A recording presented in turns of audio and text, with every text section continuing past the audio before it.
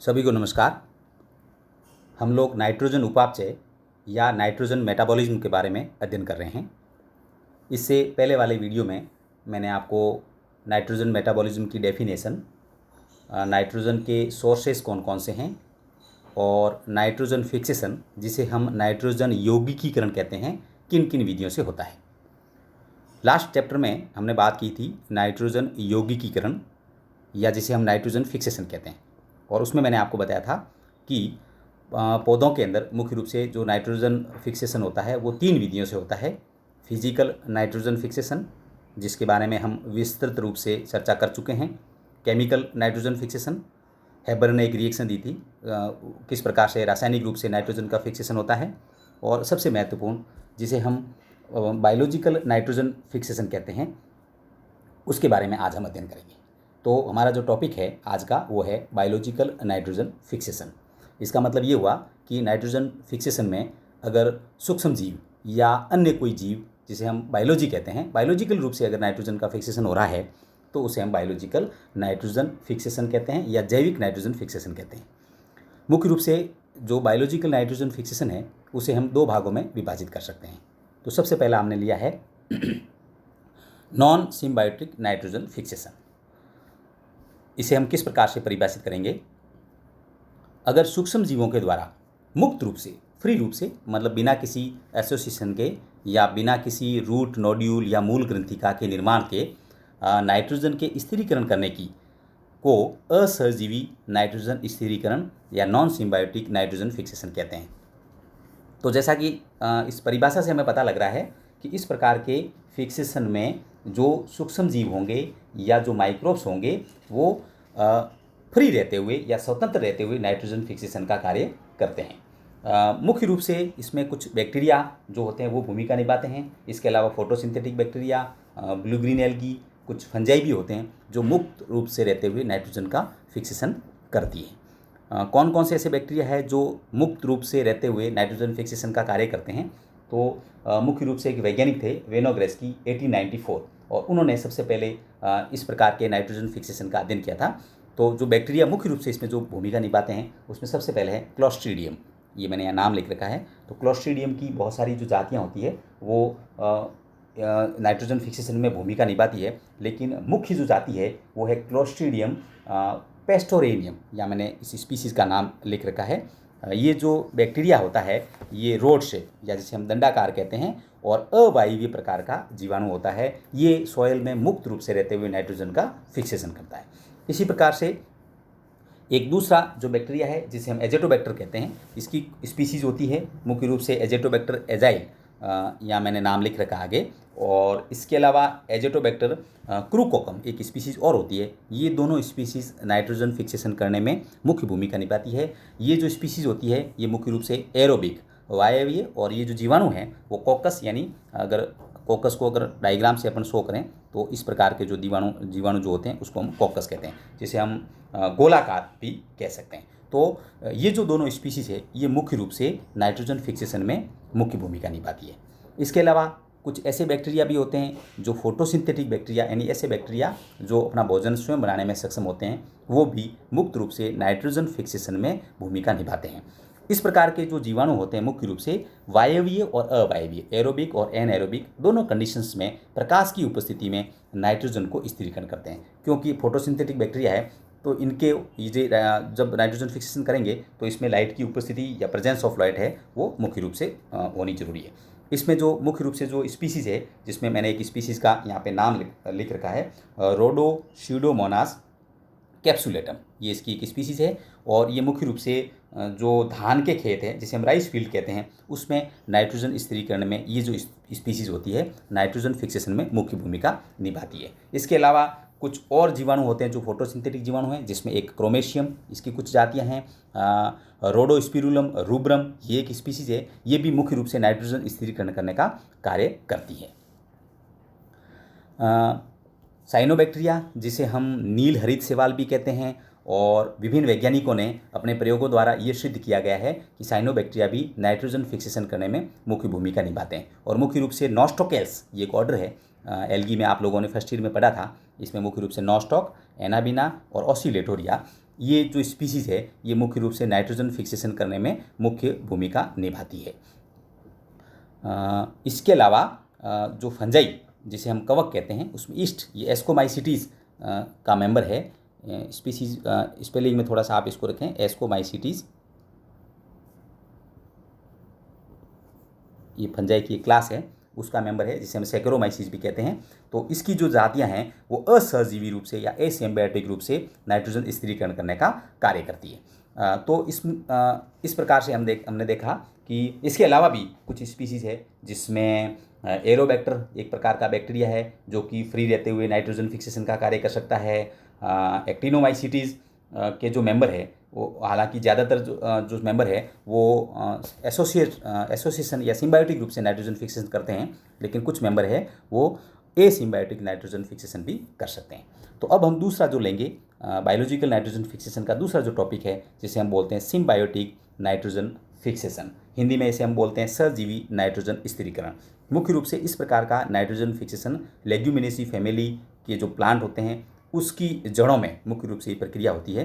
तो परिभाषा हम किस प्रकार से दे सकते हैं कि लेग्यूम पौधों की जड़ों में सूक्ष्म जीवों की सहजीविता से, अगर माइक्रोब्स की सहजीविता से नाइट्रोजन का स्थिरीकरण हो रहा हो तो उसे हम सिम्बायोटिक नाइट्रोजन फिक्सेशन कहते हैं।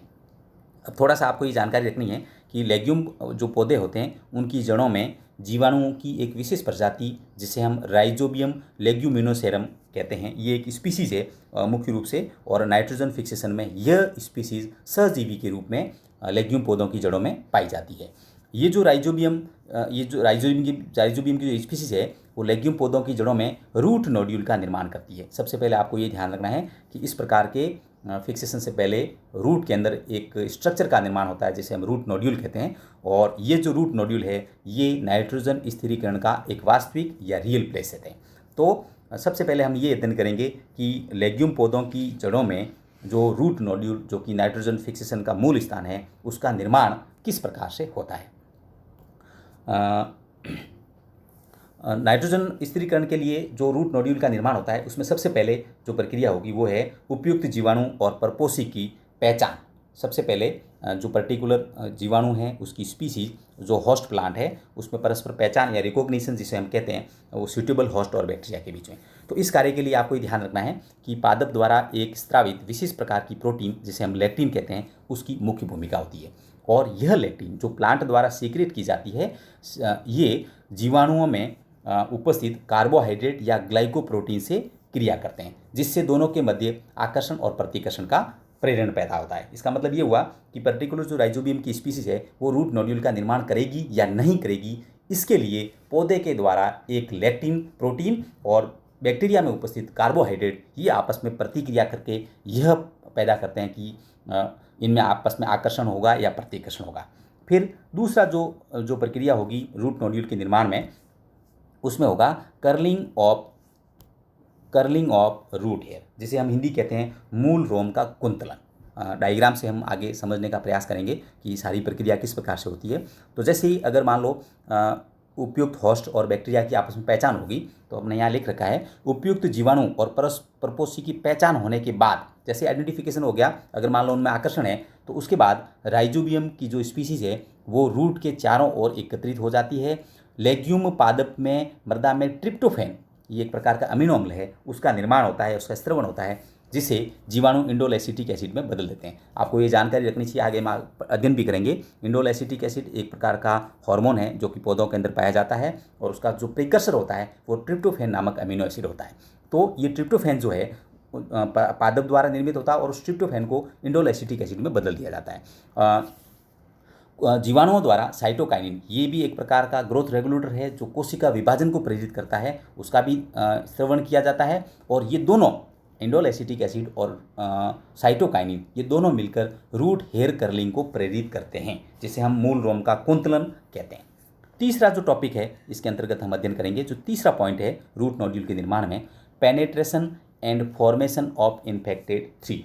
इसको हम हिंदी में कहेंगे प्रवेशन। पेनेट्रेशन का मतलब एंट्री होना राइजोबियम की पर्टिकुलर प्लांट की रूट में, और संक्रमण तंतु का निर्माण होना, फॉर्मेशन ऑफ इन्फेक्टेड थ्री। ये किस प्रकार से होगा कि जैसे ही राइजोबियम है मूल रोम के एक बार जब कर्लिंग होगी तो राइजोबियम मूल रोम रूट हेयर जिसे कहते हैं उसके शीर्ष भाग से प्रवेश करता है, शीर्ष भाग से प्रवेश करता है, क्योंकि वहाँ पे सेलुलोज जो है वो अनुपस्थित होता है। रूट टिप के शीर्ष अगर सेलुलोज उपस्थित है तो राइजोबियम है इजीली वहाँ पे एंटर नहीं कर सकता।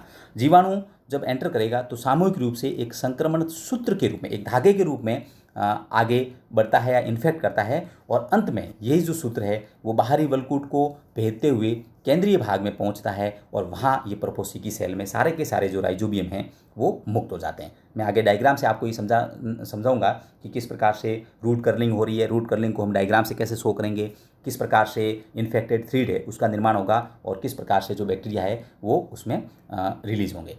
अब सबसे लास्ट है डेवलपमेंट ऑफ रूट नोड्यूल। जैसे ही सारे के सारे बैक्टीरिया रूट के अंदरूनी भाग में इंटरनल टिश्यूज़ में फ्री हो गए तो वहाँ पे ये मूल ग्रंथिकाओं का निर्माण करेंगे। परपोसी सेल यानी जो प्लांट की सेल है, प्लांट की रूट सेल है, में जीवाणुओं के मुक्त होने के बाद तीव्र गति से विभाजन होता है। वो जो विभाजन होता है कोशिकाओं का वो उसकी स्पीड बढ़ जाएगी। कुछ वैज्ञानिक ये भी मानते हैं कि मूल ग्रंथिकाओं में गुणसूत्रों की संख्या टेट्राप्लॉइड का मतलब 4 के गुणांक में हो जाती है। मूल ग्रंथिकाओं के निर्माण में इंडोल एसिटिक एसिड एक उत्प्रेरक का कार्य करता है, ये हार्मोन है, और साइटोकाइनिन हार्मोन है वो कोशिका विभाजन को प्रेरित करता है। और इन दोनों हार्मोन के संयोग से होस्ट सेल यानी जो प्लांट की जो सेल है उसका आकार बढ़ता है और जीवाणुओं की संख्या भी बढ़ती है, जिससे रूट नोड्यूल का निर्माण होता है। तो अल्टीमेटली जो अपन ये कह सकते हैं कि मुक्त होने के बाद जो ग्रंथिकाएँ आपको अलग अलग आकार की दिखाई देती है लेग्यूम पौधों की जड़ों में, उसका निर्माण किस प्रकार से होता है। तो ये हमने यहाँ पे देखा कि अलग अलग तरीके से रूट नोड्यूल अलग अलग अपन कह सकते हैं स्टेप बाय स्टेप एक विधि द्वारा रूट नोड्यूल का निर्माण होता है।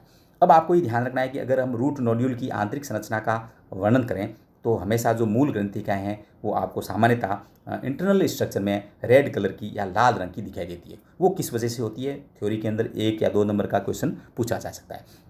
तो रूट नोड्यूल में लाल रंग का एक पिगमेंट पाया जाता है जिसे हम लेग हीमोग्लोबिन कहते हैं। थ्योरी के अंदर एग्जाम के अंदर कई बार पूछा गया है लेग हीमोग्लोबिन के बारे में आप क्या समझते हैं या इसका क्या कार्य है। तो हम ये कहेंगे कि जो लेग हीमोग्लोबिन है जब रूट नोड्यूल का निर्माण होता है, आपको ये ध्यान रखना है कि रूट नोड्यूल के सेंटर के अंदर बहुत सारे बैक्टीरिया होते हैं, उसके बाहर एक परत होती है और बीच में जो स्थान होता है उस परत और बैक्टीरिया के बीच में बैक्टीरियोइड्स भी कहते हैं, जीवाणु सम जिसे कहते हैं, तो उनके बीच में ये रेड कलर का पिगमेंट पाया जाता है। अब ये जो पिगमेंट है जो रेड कलर का जिसे हम लेग हीमोग्लोबिन कहते हैं, इसका जो सिंथेसिस होता है वो जीवाणु और होस्ट सेल दोनों की सामूहिक क्रिया से होता है। फॉर्मेशन जो होगा उसमें प्लांट कोशिका भी भूमिका निभाएगी और बैक्टीरिया है वो भी भूमिका निभाएंगे। इस वर्णक के प्रोटीन भाग का निर्माण होस्ट कोशिकाओं द्वारा तथा हीम HEME ये हीम या जिसे हम लोक घटक कहते हैं का निर्माण बैक्टीरिया द्वारा होता है। पूरी जो संरचना है यानी आधा पोर्शन जो है वो बैक्टीरिया से हो गया और आधा प्लांट सेल से हो गया। क्या कार्य है इसका, तो मूल ग्रंथिका में अब देखो जैसे रूट नोड्यूल बनेगी, रूट नोड्यूल का जो मुख्य कार्य होता है नाइट्रोजन का फिक्सेशन करना, और नाइट्रोजन की फिक्सेशन के लिए एक स्पेशल प्रकार के एंजाइम का निर्माण होता है इस रूट नोड्यूल के अंदर, मुख्य रूप से बैक्टीरियल सेल द्वारा, जिसे हम नाइट्रोजिनेज कहते हैं।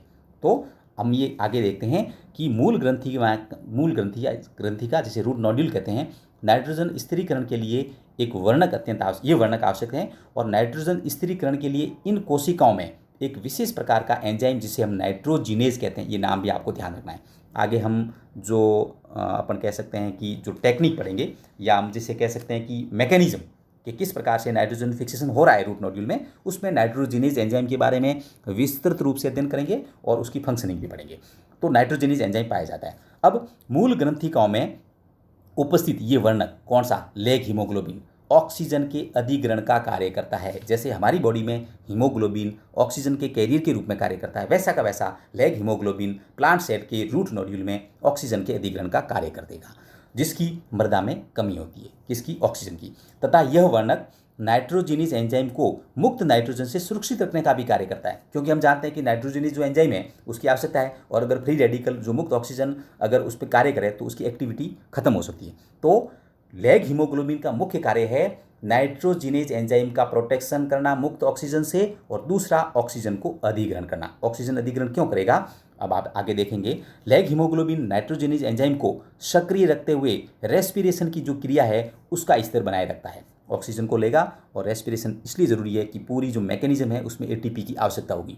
और इस एटीपी का निर्माण कैसे होगा? ऑक्सीजन, क्योंकि अपने को पता है कि एटीपी का निर्माण रेस्पिरेशन की प्रक्रिया द्वारा होता है, तो लैग हीमोग्लोबिन ऑक्सीजन को कैरी करते हुए रेस्पिरेशन का जो लेवल है उसको बरकरार रखेगा, एटीपी का निर्माण होता है और ये एटीपी नाइट्रोजन के स्थिरीकरण के लिए अति आवश्यक है।